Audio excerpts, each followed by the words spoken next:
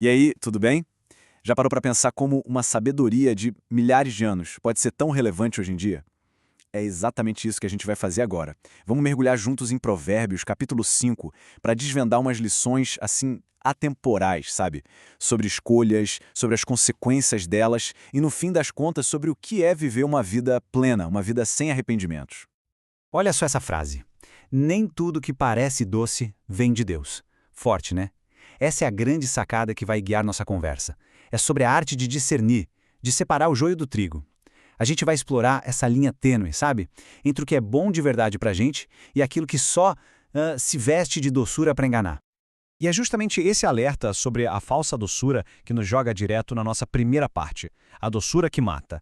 O nome já diz tudo, né? A gente vai desvendar como é que uma coisa que parece tão, mas tão atraente, pode esconder na verdade um perigo, um encanto totalmente enganoso e destrutivo. Dá uma olhada nesse contraste aqui. É muito claro. De um lado tem a promessa, né? Lábios que parecem mel, uma voz que é mais suave que azeite. É o pacote completo da sedução. Parece irresistível. Mas qual é a realidade por trás de tudo isso? Bom, do outro lado a gente vê o resultado.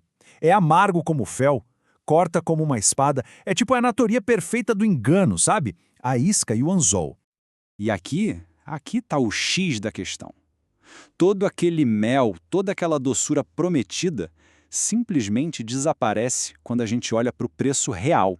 E qual é o preço? A nossa paz, a perda da paz interior.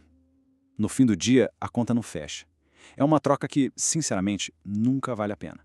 Então, qual é o pulo do gato da sabedoria nesse caso? É entender uma coisa muito simples. A verdadeira força não é ficar ali, lutando de frente com a tentação. A força de verdade é ter a clareza de dizer não na hora que o erro convida. Sabe? É recusar o convite para a festa antes mesmo da briga começar. Beleza, a gente já entendeu a isca. Agora, vamos falar do anzol. Vamos analisar o preço real de um momento, de um deslize. O foco aqui é nas consequências, aquelas que duram, que um único erro pode acabar trazendo para uma vida inteira. Isso aqui é fundamental. A ruína, a destruição, raramente é uma coisa que acontece do nada. É sempre um processo, uma jornada de 3 passos. Primeiro, a atenção. Um olhar, uma conversa, aquela curiosidade que parece inofensiva. Depois, o segundo passo, a aproximação. Ninguém cai de repente, a gente vai se aproximando do perigo. E o resultado final? Bom, é a destruição. Emocional, espiritual, nos relacionamentos. Cada passo é um degrau para mais perto do abismo. E a sabedoria de Provérbios aqui é muito prática, muito direta. O conselho não é seja forte e lute na beira do precipício. Não, é nem chegue perto. Pensa assim, é muito mais fácil evitar um incêndio do que ter que apagar um. A vitória está na prevenção. É se distanciar de propósito daquilo que faz mal. E qual é o preço exato disso? Da infidelidade? Não é pouca coisa. A gente está falando de uma cascata de perdas. Perda da honra, anos de vida jogados fora, relacionamentos que a gente construiu destruídos. E no final, o que sobra? O consumo do próprio corpo e da alma. É um preço alto demais. Um preço que ninguém em sã consciência deveria querer pagar.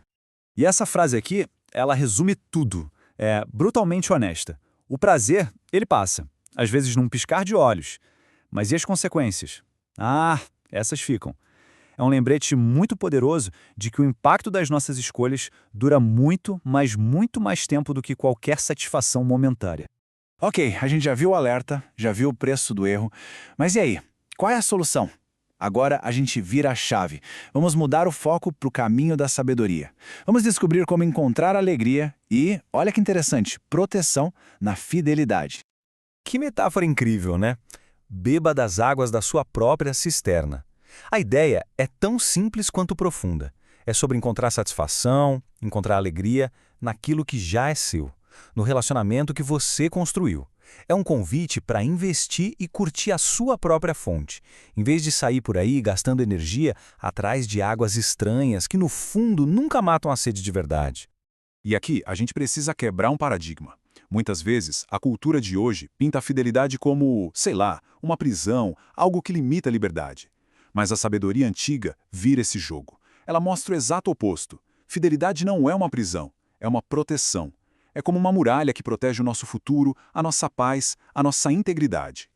É isso. O compromisso não é o ponto final do amor, de jeito nenhum. É o começo. A fidelidade é como se fosse o solo, um solo fértil, seguro, onde o amor de verdade consegue criar raízes bem profundas, sabe? E aí sim ele floresce e dá frutos a vida inteira. E no fim das contas, todo esse caminho de sabedoria leva a gente para um destino que é até surpreendente: a verdadeira liberdade. A gente vai explorar agora como é que uma vida transparente, sem nada para esconder, pode libertar de um jeito que a gente nem imagina. Mas antes da gente ir para a resposta, vale a pena uma pausa para pensar. O que é liberdade de verdade? É poder fazer tudo o que dá na telha, sem regra nenhuma? Ou será que existe um tipo de liberdade que é ainda mais profundo que isso?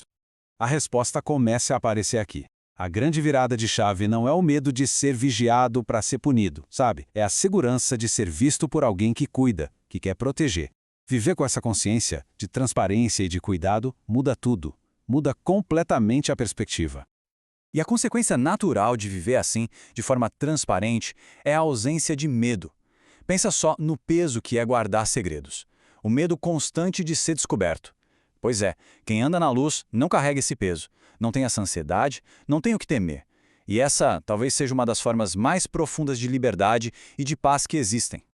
E é assim que a gente fecha essa jornada, com essa verdade fundamental. A liberdade de verdade não é ter o direito de fazer o que der na telha, é ter a paz de não precisar esconder absolutamente nada. Então, a pergunta que fica no ar é: qual liberdade a gente está buscando? Aquela sem limites ou aquela que nos livra do medo? Uma ideia poderosa para a gente levar e refletir.